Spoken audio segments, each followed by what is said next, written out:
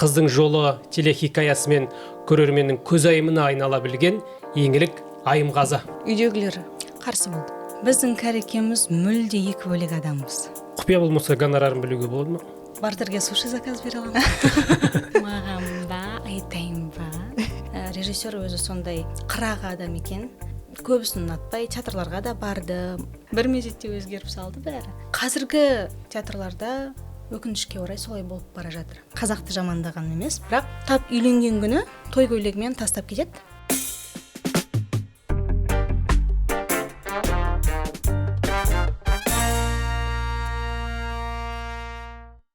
Ассалаумағалейкум баршаңызға, құрметті көрермен. Леп подкаст өз жұмысын ары қарай жалғастырады. Әдеттегі тізгіндемені Арнат Дүйсен және менің әріптесім Даяна Тоқберген. Тек қана әріптес емес.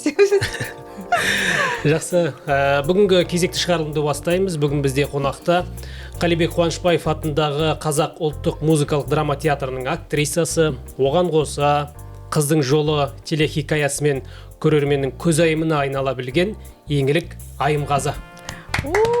Рахмет. Қош келдіңіз. Қош болдым. Көңіл күй қалай? Жаман емес болады. Өздеріңіздің? Өте тамаша. Жақсы. Мереке құтты болсын. Рахмет. Нақсы. Сіз көріп кетірсіз. Да, жылжыту керек пе оны? Мен өзім жылжи саламын. Жақсы. Біздің алғашқы сұрақ сізді осы Қыздың жолы телехикаясына байланысты. Осы сериал сізге танымалдық әкелді деп айта аламыз ба? Иә, айта аламын. Бардырге суши заказ бере аламын. Ойнап айтамын. Енді шыны керек, оған дейін жұрт таныған жоқ. Қазір негізі жас ерекшелігі бойынша осы сериалды мектеп оқитын қыздармен және анамыз жасты адамдар көп қарайды екен. Өзімнің қатарластарым көп қарамайды екен. Бұл сериалға кастингпен өттіңіз бе, шақырту алдыңыз ба, қалай болды? Қалай келдіңіз? Басынан бастайық. Қалай келдіңіз? Кастинг болды. Мен негізі бұл сериалға басында отказ бергем. Сөйтіп ұзақ уақыт болған үшін бе? Иә, өйткені ол Алматыда түсірілетін болды да, мен Астана қаласының тұрғыным. Сондықтан 4,5 ай түсіріледі деді, 5 ай деді. Сосын мен, ол жарты жыл ғой былай қарап тұрсам. Қиын болады, қалай болады екен, оның үстіне театрдан ондай ұзақ уақытқа жібермейді ғой деп. Бұл сериалға түспес бұрын Бішкекте 3 ай проектте болып келдім, полный метр.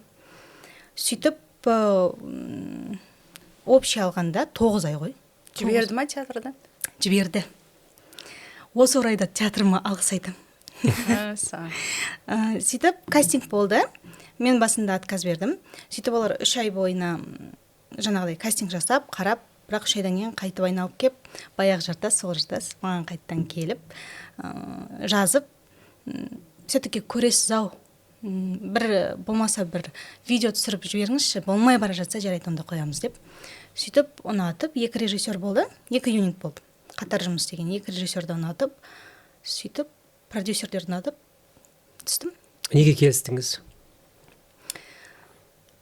Ақша керек болды. Жақсы төлей ма сериалда? Шүкір Алла.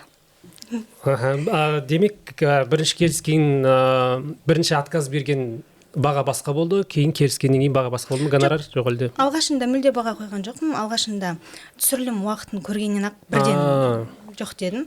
Содан кейін ақша қысады ғой. Ақша бәріне керек. Жүспай шындықты айтып отырмын, ақша деп келістім. Әрине сценарийін оқыдым. Бір қызықтырғаны, енді профессионалдық тұрғыда деп алатын болсам, ақшаны былай сырып қойғанда, бір қызықтырғаны бұл біздің сценарий емес. Түріктердік, бұл франшиза, адаптация. Сондықтан бізді жамандағаным емес, қазақты жамандағаным емес, бірақ түрік бұл сериал әлемінде ұзақ уақыт бойы рынокта келе жатыр ғой. Сондықтан актерға пища бар ойынға. Соған қуандым. Бұл да бір себеп болды келіскендігімнің. Бір тәжірибе жинау ғой бір жағынан. Құпия болмаса гонорарын білуге болады ма? Құпия. Ол жерде сіз іңкәрді ойнайсыз, басты рөлде, іңкәр қандай қыз? Және ол сізде өзінің еңлікпен ұқсастықтары қандай? Ой, біздің кәрекеміз мүлде екі бөлек адамбыз. Тіпті былай физикалық тұрғыда қимыл қозғалысы, дауысы ол өте нәзік. Былайша айтқанда жел көптірмей, ешкімге қақтырмай өсірген қыздар ғой. Еш қиындық көрмеген. Ақсаусақ деп айтуға келмейді, бірақ қиындық көрмеген. Сондай әкелеп, шешелеп қалған қыз. Сөйтіп ол жаңағыдай өздеріңіз білесіздер, сериалдың желісі бойынша Ауқатты отбасына келін болып барады. келін болып түседі. Сол жақта енесімен конфликтлер болады. Өлмейтін тема ғой. Иә, сол тема, иә. Сол енесімен келіннің арасындағы конфликт. Бірақ мен толық көрген жоқпын, ана рилстардан көрем, ол кәдімгідей енесіне бір отпор бере алатын келін сияқты болып көрінді. Ол қазір біз шатаспасам мен бір 45-ші бөлімге 47-ші бөлім. 47-ші бөлімге мен көріп жүрген жоқпын. 47-ші бөлімге келіп қалды ау. Енді орта жол ғой. 100 бөлім негізі бас аяғы. Енді орта жолға дейін бір опыт жинап, бір той тарс бере алатындай. Өмірдегідей десе келін болып келгенде бәрі үндемей келеді, біраз 10 жылдан кейін сөйлей бастайды ғой. Сол рас. Сондай болды. Шыны керек, ең басында түскенде, енді тап үйленген күні той көйлегімен тастап кетеді. Санат деген басты рөл герой. еткен. Иә. Тастап кетеді. Сен мені баяғыдағы Санат көріп жүрсің бе? Екеуі кішкентай кезінен дос болған. Жаңағы іңкәр арман қуып солай тұрмысқа шығып кеткен. Шешесі де қолдап, шықта шық деп, ол жаңағыдай көзді ашып жұмғанша той көйлегінде сөйтіп тұрды. Сөйтіп үйленген күні кешке жатын бөлмесінде тастап кетеді. Сен мені баяғы Санат көріп жүрсің бе? Ешқашан енді мен сенің күйеуің, сен менің әйелім болмайсың, мен сені сүймеймін деп, кәдімгі ашық осылай бетке айтады. Бірақ бір-бірін жақсы көріп кетеді. Соңынан енді сериал болды. Иә, күшті. Жақсы. Түсірілім барысында қиындықтар болған жоқ па? 100 серия деген біз үшін, біздің киноиндустрияға жат дүние ғой. Қандай қиындықтар болды? Перекрестиктен кейін шығарыз, иә? Жоқ, Қазақстан ұлттық арнасында бас аяғы 4 жоба. 100 бөлімді болып шығарылған, шатаспасам. Енді бұл арнаның, бұл продакшнның 100 бөлімге деген тәжірибесі бар болғандықтан, енді оларға қиын болмаса да маған қиын болды. Қиын болды, шыны керек. Өйткені оның алдында жаңағы айтып өткенімдей Бішкекте проект болды. Кассандра деген, Шыңғыс Айтматовтың Кассандра таңбасы деген романның желісімен. Ол да жаңадан шығып жатыр, прокатқа? Осы майда шығады бұйырса үлкен экрандарға. Бірінші Қырғызстанға, сосын Қазақстанға шығады. Бұйырса. Содан кейін алған проектім ара жігін жаңағыдай демалу үлгермедім мен. Жақсы болды арасы. Бір апта болды, ровно бір апта. Мен театрға келдімде, без содержания қайттан жаздым да, қайттан осылай чемоданымды жинап кетіп қалдым. Сөйтіп үйде квартирант атандым. Сонымен солай. Енді қиын болды, шыны керек. Мен шынымды айтсам, осы уақытта жалығып кетпейсіз ба, мысалы? Сериалдан ба? Иә. Бір кейіпкер сомдаудан. Иә. Жоқ, егер оның тілін таба білсең, егер сенің бағыт-бағдарыңды дұрыс бере алатын режиссер тап келсе, онда ол деген бақыт қой. Күшті. Ал жаңағы Қырғызстанға барып түстім дедіңіз, фильмге. Ол жақта актриса жоқ па? Неге сізге таңдау түсті? Әлде кім ұсыныс айтты ма? Қалай болды? Оларда да өте ұзақ уақыт бойы жаңағыдай кастинг болған. Енді қырғыз актрисалар өте көп және өте мықты. Иә. Олардың мектебі, олардың существованиясы дейді ғой, кадрда болсын, сахнада болсын, мүлдем бөлек. Мен өзім сыйлаймын біздің бауырларды. Бірақ бақ қой, бақ шабама деген сияқты режиссер өзі сондай қырағы адам екен. Көбісін ұнатпай, театрларға да барды, кастинг жасады, көбісін ұнатпай, қой болмады, күллі Қырғызстаннан тапқан жоқпыз, Қазақстанға көшейік деп.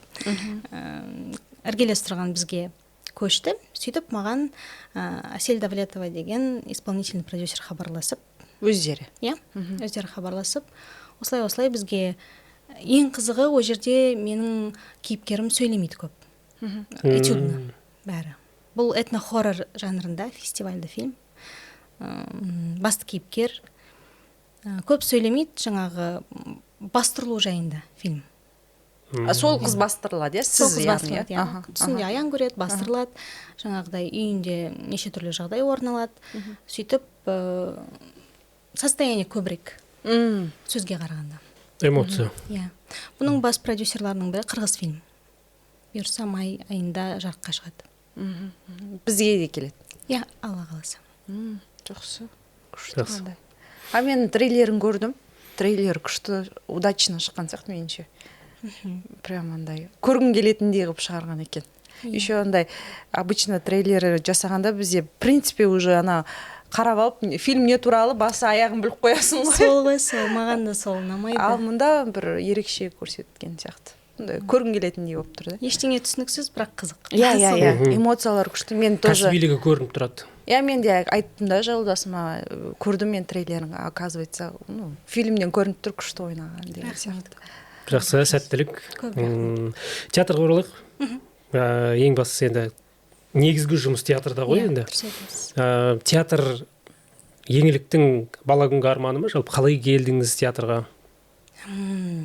Мен 9-шы сыныпқа дейін прокурор болам деп армандадым. Заңға барам деп ойладым. Қаталсыз ба?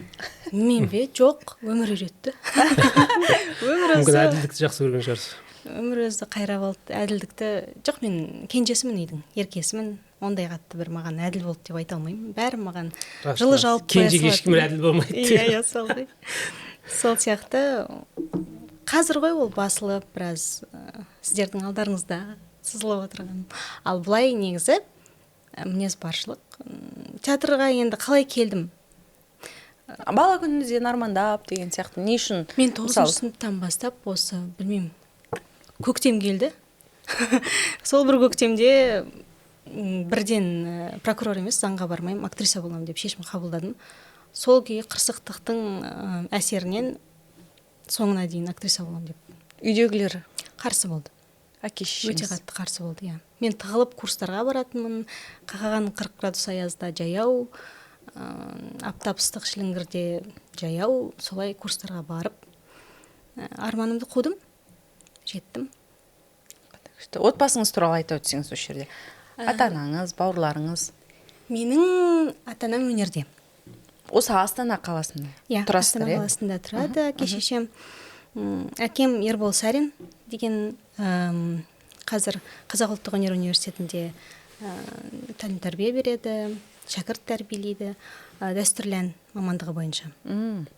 Анам Сарина Гүлвира, ол кісі күйші. Қалқаман Саринге қатыстары бар? Бар, ол ағам ақын.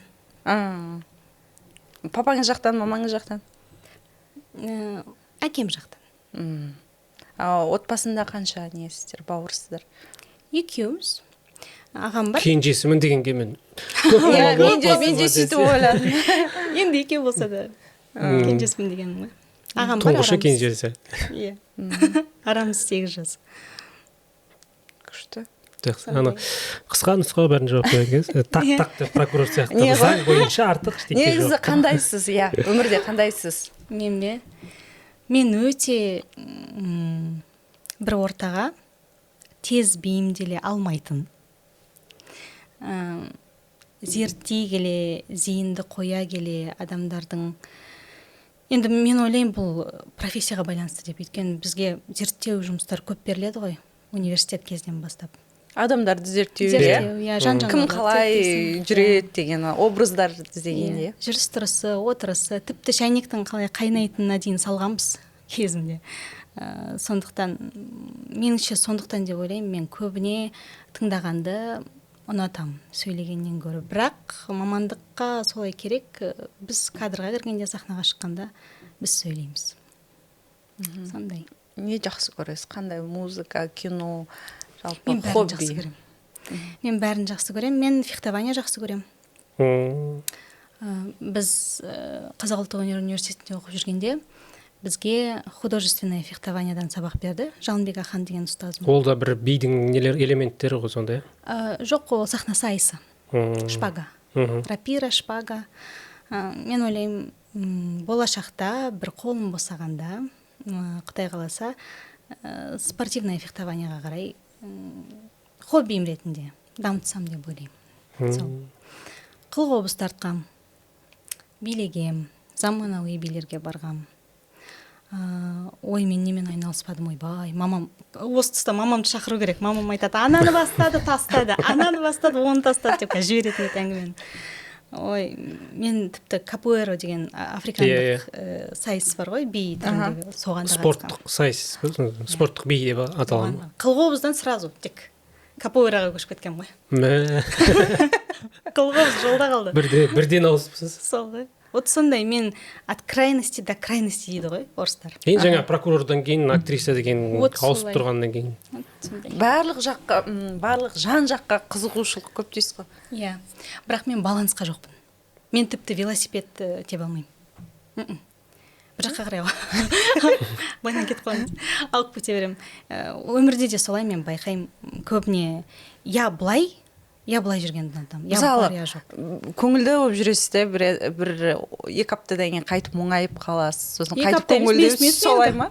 Иә, 5 минуттың ішінде түрлі күй кешемін ғой. Меніңше ол актерлық мамандықтың бір сипаты деп білем, өйткені біз көбіне ойда жүреміз ғой.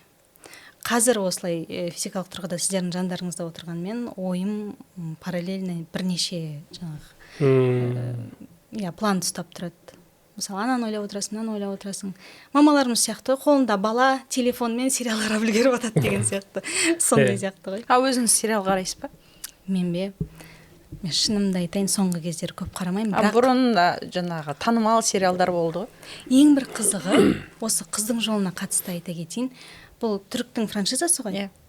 Мен бір 7-8 сыныптан бастап сериалдарды, түрік сериалдарын өзінің тілінде, ана тілінде көретінмін. Бірақ тілді білмеймін.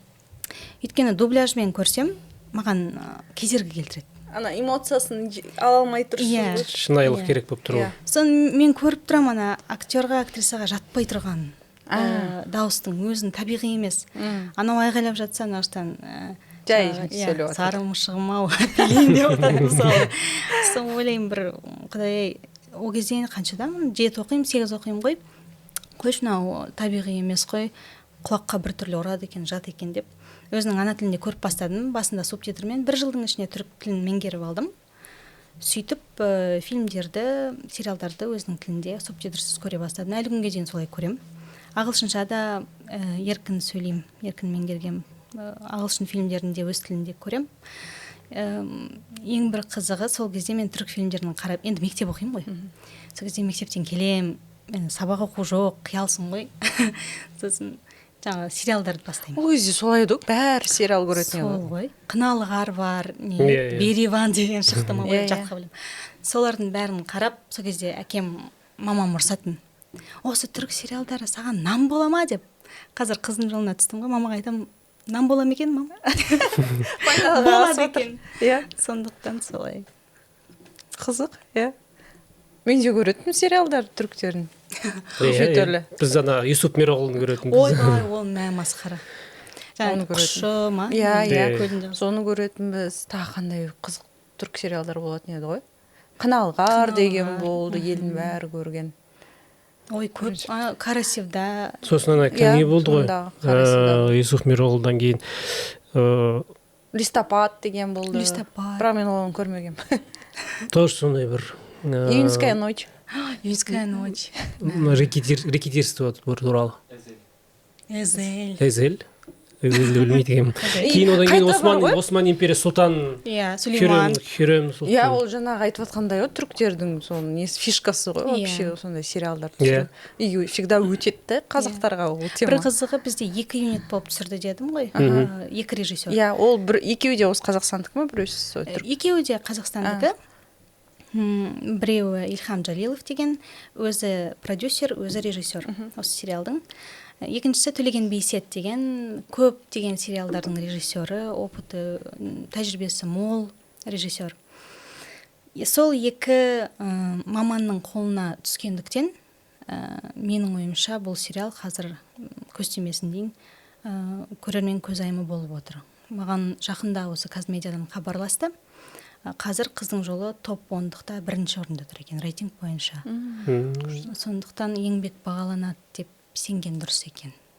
Иә. сондай 2 юнитқа бөліп түсірдік дедім, ал түріктер 4 юнит 5 юнитке бөлініп түсіреді екен. Демек ол 4 режиссер 5 режиссер. Иә, оларда солай деп мен де естігем, сонда бірнеше режиссер, бірнеше сценарист. Мысалы, екеуміз сценарий жазып Бөліп жатамыз. бөліп бірінші сериядан 5-ші серияға дейін сен. Зейін бағанағы. Ну, примерно ары қарай айтасың, арғы команда уже басқа сценарий жазып жатады ғой сол адамдар.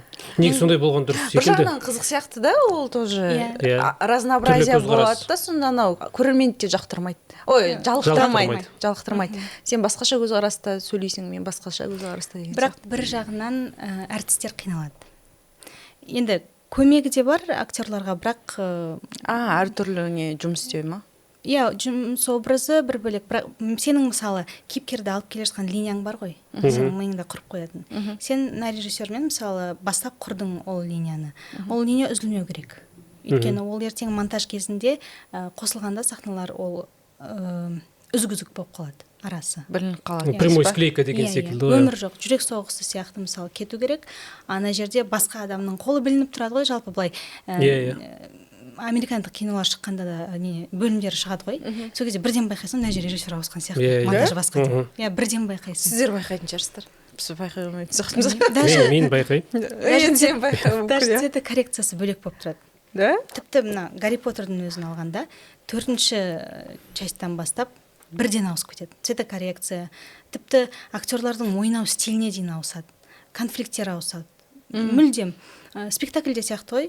Мысалы 30 әртіс задействован болса, сол 30 әртістің біреу ауысыншы, состав басқа кірсін, спектакль мүлде басқа. Мүлде басқа шығады. Да, ол қалай өзгереді? Бір сценарий ғой ол, бір сценарий. Адамның энергетикасы басқа. Жеткізуі, ойнауы басқа. Сондықтан жанындағы партнерлар соған ереді, бағынады. Негізі бір спектакльға 2 труппа қоймай ма, иә? Труппа деп айтады ма? Состав. Не айтады? Иә. Состав. Кейбір режиссерлар қояды, кейбіреулері қоймайды. Өзінің жаңа көзқарасына байланысты. Мен міндетті түрде 2 состав болады деп ойлап тұрмын. Негізі заң бойынша солай ғой. Бірақ кейде болады сондай режиссерлар 2 составпен жұмыс істей алмайтын. Қызық, И вообще сіздерге кино көрген не шығар? Ауыр шығар, ана киноның несін смыслын түсініп, ана кино ретінде қарамай отырасыздар, наверное, да? Анау актер қалай ойнады, режиссер қалай жұмыс істеді деп отырмайсыздар ма? Енді менің әріптестерімді білмеймін қалай екенін, бірақ мен өз басым кәдімгі кіріп кетемін. Кәдімгі историяға кіресіз ба? Күшті? Солай, кішкентай күнде қалай қарадым, әлі күнге дейін солай қараймын. Күшті. Қандай фильмдер ұнайды сізге? Соңғы мысалы ұнатқан фильміңіз? Мен осы бір жарым апта бұрын бекен «Одержимость» деген кино көрдім. Барабанщик жігіт туралы. Кинотеатрдан көрсетті ма? Жоқ, біз кинорум дейді ғой. Сондайға барып құрбым екеуміз қарағанбыз. «Одержимостьтің ең қызығы соңында титр шығады ғой. Режиссері Демиан Шазел деп шықты. Ол менің сүйікті режиссерларымның бірі. Осы жақында нені түсірді? Қалай айтады? «Вавилон». Брэд Питт түскен, Тоби Магуайр, Марго Робби. Сол фильмнің режиссері «Одержимостьта». Мен негізі кейбір сәттерден байқадым, сол кісінің стиліне ұқсайтын жаңағы айтқанымдай ғой. Бірақ фильм мүлде басқа. Жаңағы барабанщик жігіт біресе оркестрға кіре алмай жүреді, біресе өз сондай адамдар болады, негізі өте ауыр жолы. Жаңағы жігіт кез келген жаққа бет алса, сол жақтан я шалынып құлайды, я бір балшыққа құлайды, я машинасымен апатқа ұшырайды, бірақ оған сенбейді. Сен жалқаусың, сен отмазкаларың бітпейді деген сияқты. Ол соңында жынданып, қан болып, жаңағы барабан ойнайтын жері бар. Сол маған қатты әсер етті. Соңғы фильм осы көрген. Еңліктің жолы жеңіл ма? Өнерде, өмірде. Екеуінде де. Жеңіл деп айта алмас едім. Деп жылап жүрсің. Сіз битса етіп шығатын сияқтысыз ғой. Мен негізі бір өмірімнің белгілі бір кезеңіне дейін жеңіл берілді көп нәрсе. Бірақ бір кезең орнады, білмеймін, ауысып кетті, не болды екен десең, білмеймін, солай болып кетті. Қиын деп айта алмаймын, бірақ белгілі бір еңбекпен келеді. Мен кішкене кенжесімін, еркемін, андайға үйреніп қалғам, Құдайдың да еркесі болған шығарым белгілі бір кезеңге дейін өте жеңіл келді. Енді де мен тіпті мынандай сумка бар ғой, дәу кәдімгі қол сумка, сонымен өтіп кеткем.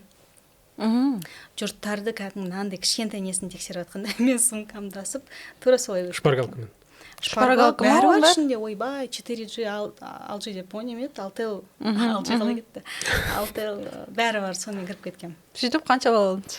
Мен грантқа 116 ма 106 ма солай. Пайдасы тиді деңізші. Иә. Солай көбіне жеңіл болады, андай болады ғой, автобусқа мінгенде кондуктор байқамай қалатын. Сондай адамдардың қатарынан болғам. И не болып қалды? Білмеймін соны. Бір мезетте өзгеріп салды бәрі. Негізі көбіне айтады, актерлар ойнаған рөлдарын отражать етеді дейді ғой, айна ретінде. Сен ғана персонажға, сен ғана кейіпкерге бермейсің, кейіпкер де саған береді. Мысалы, сенің ойнаған әр кейіпкерің сенің құрбың. Сахнада, жалпы театрда құрбы деген ұғым жоқ деп білемін өз басым. Өйткені бұл енді ащы болса да шындық эгоисттардың мамандығы. Қанша жерден труппа десең де, қанша жерден бұл бірігіп жасайтын өнер десең де, сахна сыртында әркім өз басы үшін жауап береді. Сахнаның үстіне әркім өзі шыққандықтан, ең бірінші әрине ол норма нәрсе, өзінің жаңағы сахнадағы жүріс-тұрысын ойлайды. Содан кейін барып шығар жаңағы партнер осы бір сұрақ қойып еді, сен сахнада кім үшін ойнайсың деп. Есімде жоқ, бір подкастта тоже. Сол кезде актерлар көбіне партнерім үшін, көрермен үшін деп жауап беріп жатыр да. Сонда мастер-класс өтіп жатқан кісі, алдамаңдаршы, сендер өздерің үшін ойнайсыңдар ғой деп. Сол кезде мен ойланып қалғанмын. Шындығына келгенде қанша жерден жоққа шығарсақ та, бірақ бәрібір солай екен. Өнер адамы сондай болып келеді өзі. Проявление себя ғой. Иә. Өзін-өзі қалыптастыру. Өзін-өзін көрсет. Жаңағы көрермен үшін ойнау деген екінші орында қала ма сонда? Қазіргі театрларда өкінішке орай солай болып бара жатыр. Бір театр үшін театралды артистерді іздеп келетін көрермендер де жоқ қазір. Мысалы, ең қатты жанға бататыны қазір гүлді тек туыстарыңнан алсаң. Ал бұрындары концертің болсын, қойылымың болсын, театр артистері қалай бағаланды, әртіс келе жатыр дегенде сығалап тұрып, келе жатыр деп тұрып аңдайтын заман болған. Енді әке-шешем өнерде болғандықтан көп нәрсені естимін, тыңдаймын. Сол кезде кәдімгідей гүлге көміліп, таныс емес адамдардан. Мен бүгін гүл алып келдім, осы қойылымның соңында қай артист ұнайды, соған берем деп шешкем. Маған бүгін сіз ұнадыңыз, міне сізге гүл деп, көрермен өздері жаңағыдай гүлді алып келіп, ниетін, лебізін білдіріп жататын. Қазір ондай көрермен жоқтың қасы шығар. Өйткені Қазақ ұлттық музыкалық драма театрда қазір жұмыс істеп жатырмын. Осының алдында 5 жыл Мәмбетов театрында қызмет еткем. Қазір 2 жылдай болып қалды осы театрға, үлкен театрға ауысқалы. Шынымды айтсам, тапмаған деп атқан жоқпын, жалпы ондай көрермен көрген жоқпын мен. Көрсем де аз, өте аз. Сол кішкене қынжылтады. Неге деген сұрақтар туындайды. Енді біреуі артистерді кінәлайды, біреуі театрда жұмыс жасап жатқан СММ мамандарды кінәлайды, біреу көрерменді кінәлайды, өресі жетпейді деп. Просто заман сияқты меніңше ол жерде. Бұрынғыдай, мысалы, бұрын шынымен әртістер недоступный болды. Сол үшін олар асқа күтті, сол үшін олар арнайы театрға барды деген сияқты ғой. А қазір уже доступны ғой, мысалы. Сен түсінесің, ол қарапайым адам екен, бұрынғыдай емес, қарапайым тіршілік өтіп жатқан, инстаграмнан көресің деген. Түсінесің да, бұрынғы кездерде жаңағы Асан Ләшімов деген сияқты, олардың барлығы тұлға болып, арасында театрға барып көрем деген сияқты мақсатта болды да, былайғы өмірде оны көп біле қойған жоқ, сол үшін шығар, наверное, менің ойымша. Меніңше келсем сізбен, жаңа айтып өткендей сіз тұлға дедіңіз ғой. Мысалы, мен қазір ренішім, өкпе-назым емес, былай наблюдение дейді ғой. Пікіріңіз ғой, субъективті түрде өзім сол оқу ордасынан оқуымды тәмамдап шықтым, Қазақ ұлттық өнер университетінен. Енді ұстаздарыма алғысым шексіз. Әсіресе өзімнің актер шеберліктен берген ұстазым Сайлау Қамиев, Бәйтерек тобында ән айтқан. Сол кісіден мен тәмамдадым оқуымды. Бір рахметімді айтатыным, ол кісі жоқ демейтін. Жоқ деген ұғым мүлде жоқ.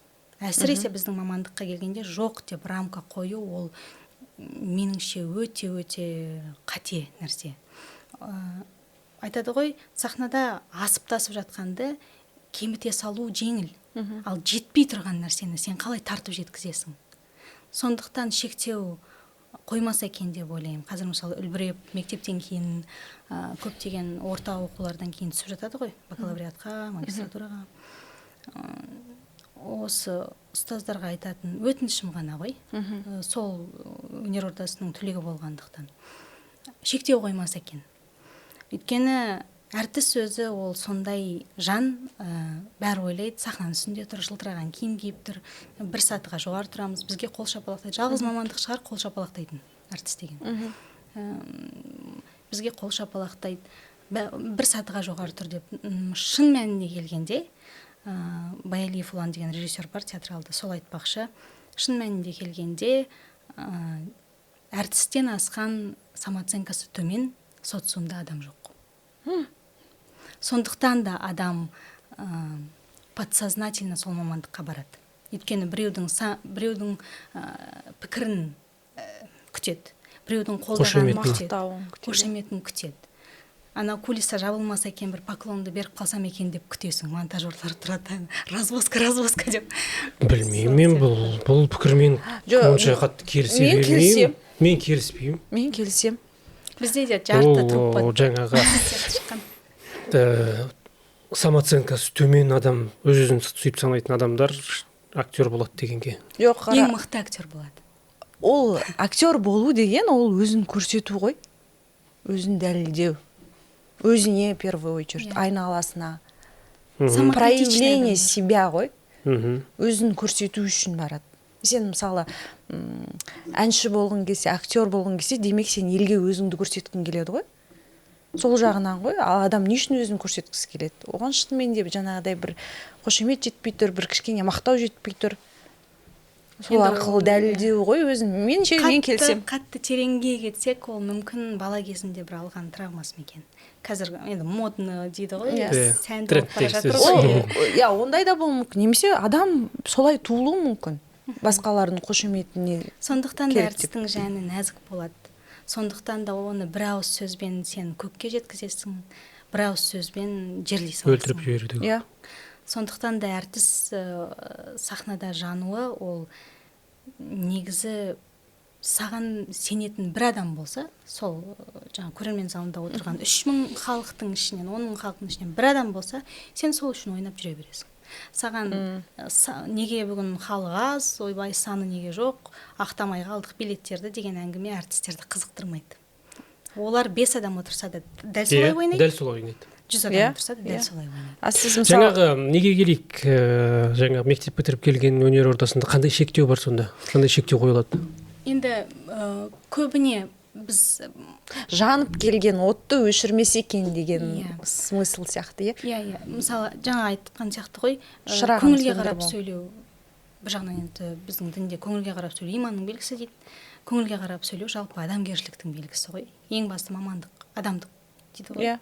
Сондықтан бір ұстаз деген тек қана жаңағыдай құрылған жүйемен жүріп, құрылған жүйені үйрететін адам емес шығар меніңше. Ұстаз деген сенің өміріңдегі ең бір, сенің өміріңе бағыт бағдар беретін адам ғой. Мен өзім солай деп білем. Ұстазыңды сосын өле-өлгенше іздеп өтесің. Ол солай. Сондықтан ұстаздар қазір көбіне енді өзіміз сияқты, қазір заман сондай, сіз айтпақшы. Бір нәрсеге асығып жүреміз. Осы жақында бір цитата оқыдым. Адамдар асығат та жет, не нәрсеге асығат, қайда асығып бара жатқандарын білсе, бұлай асықпас еді ғой дейді.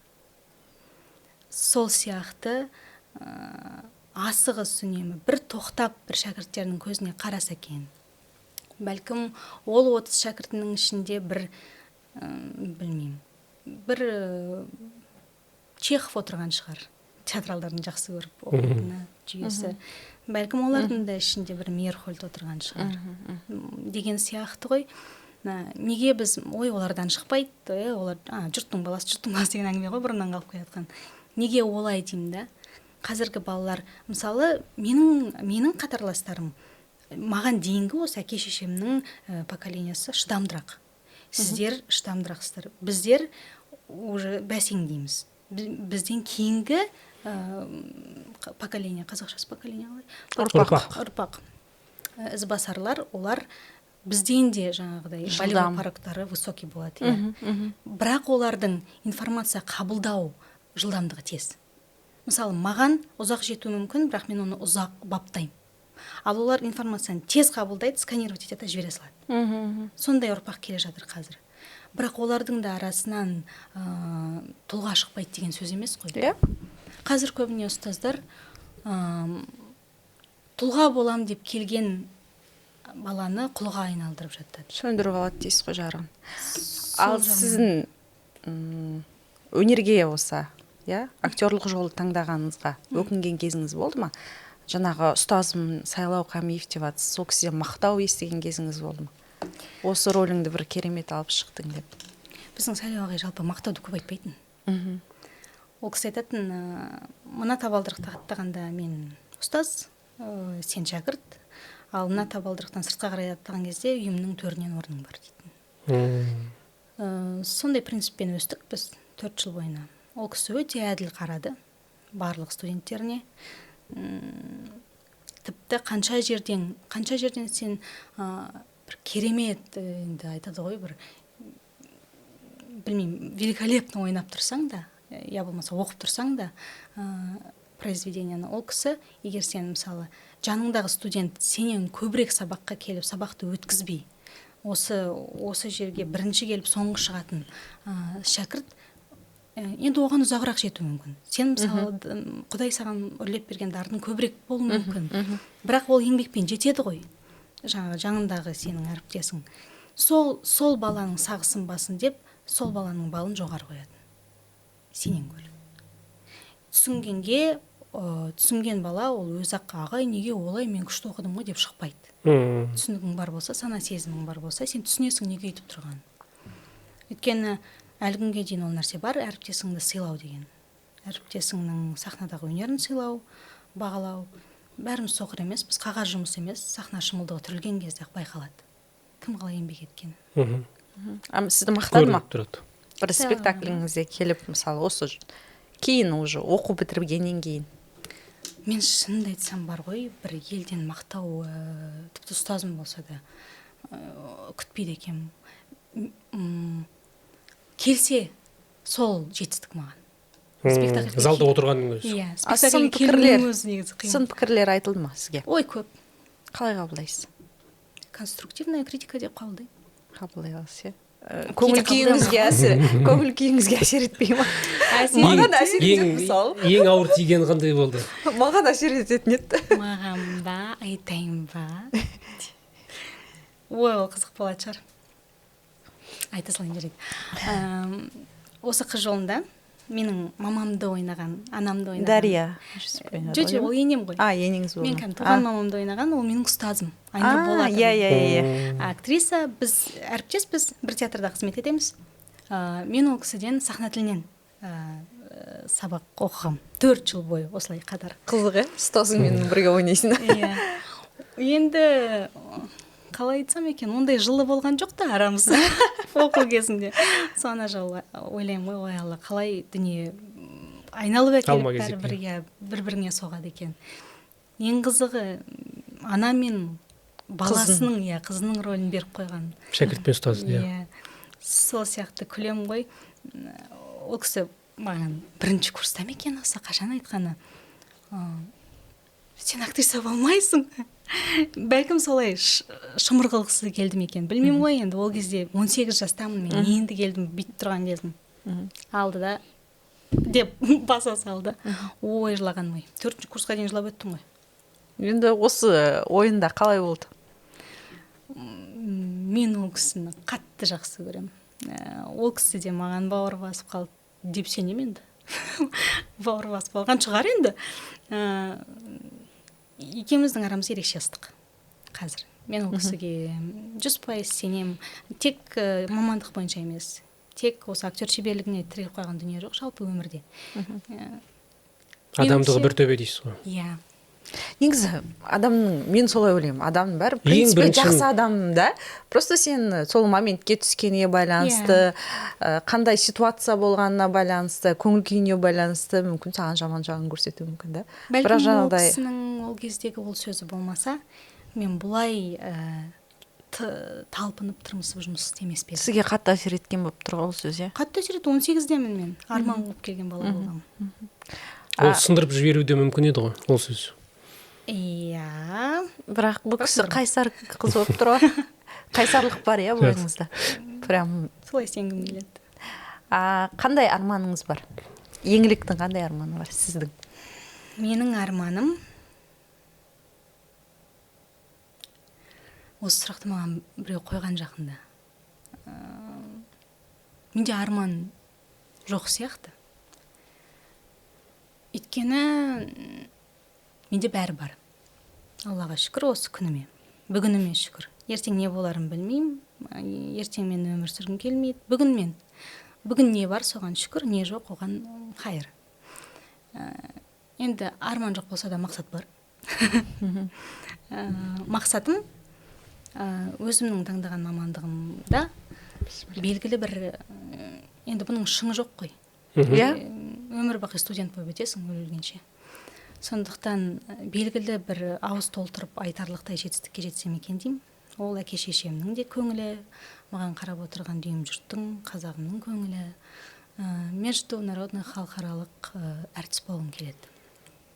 Ол үшін не істеу керек, мысалы, шетелдегі кастингтерге қатысу керек па? Ол үшін сену керек, деп ойлаймын. Халықаралық кинофестивальдерден жеңетін фильмдерге түсу керек. Сондай рөлдерді сомдау керек. Жаңағы қырғыздың фильмі деген солай деп айттыңыз, фестивальге қатысатын фильм деп Ол айттыңыз. халықаралық жоба. Жақсы, соңғы сұрақ, еңлік неден қорқады? Мен бе? Неден қорқам ба? Мен жақындарымның көңілін қалдырып алудан қорқам. Өйткені кейде білмейсің ғой, сенің соңғы сөзің ол адамның өміріндегі қай бір оқиғаға дейінгі болатын сөзің екен, мысалы. Құдай бетін әрқылсын, әртүрлі болады ғой. Ауырып қалуы мүмкін деген сияқты. Бәлкім бұдан кейін көрмеуі мүмкін деген сияқты ғой. Көшіп кетуі мүмкін.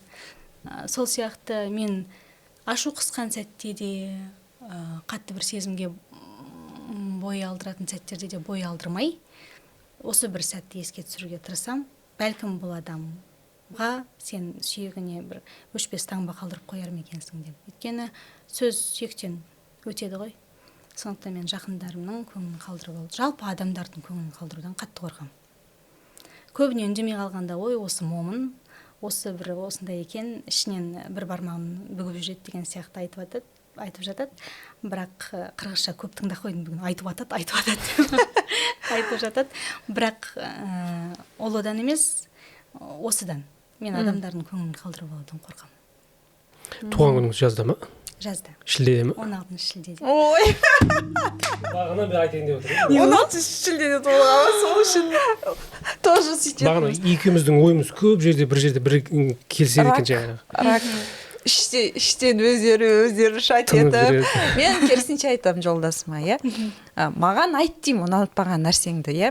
Маған мына нәрсең ұнамады, мынау дұрыс болмады, меніңше деп. Енді ұрыспасаң да жеткізуге болады ғой деймін да. Ол айтады, жаңа сіз сияқты көңілін қалдырып қоям ба, ренжітіп алам ба деген сияқты. Енді біздер деп уже бір команда болды. Біздер саған бүгін шабуыл жасаймыз. Екеуміз бірдей киініп алыпсыздар бүгін. Біздер андай бірінші ойланып ұзақ уақыт, сосын істейтін адамдармыз. Кейбіреулері істеп, сосын ойланатын адамдар. Сосын деген ай деп қой. Жарайды, сендерге келсіңдер бүгін. Жарайды, сендерге деметсіңдер. Жеңдіңдер. Жақсы, құрметті көрермен, осымен әдемі нотада подкастымыз өз мәресіне жетті. Бүгін әдемі әңгіме дүкен құрған Еңлік Айымғазы. Рахмет көп келгеніңізге. Рахмет сіздерге, рахмет шақырғандарыңызға. Рахмет келгеніңізге. Қазақ өнерінде бағындырар белестеріңіз, биіктеріңіз көп болсын. Әмин, көп рахмет. Жақсы, құрметті көрермен, енді алдағы уақытта дәл осы студиядан кімді көргіңіз келеді, төменге комментарийге жаза кетіңіз. Қайта қауышқанша аман сау болыңыздар.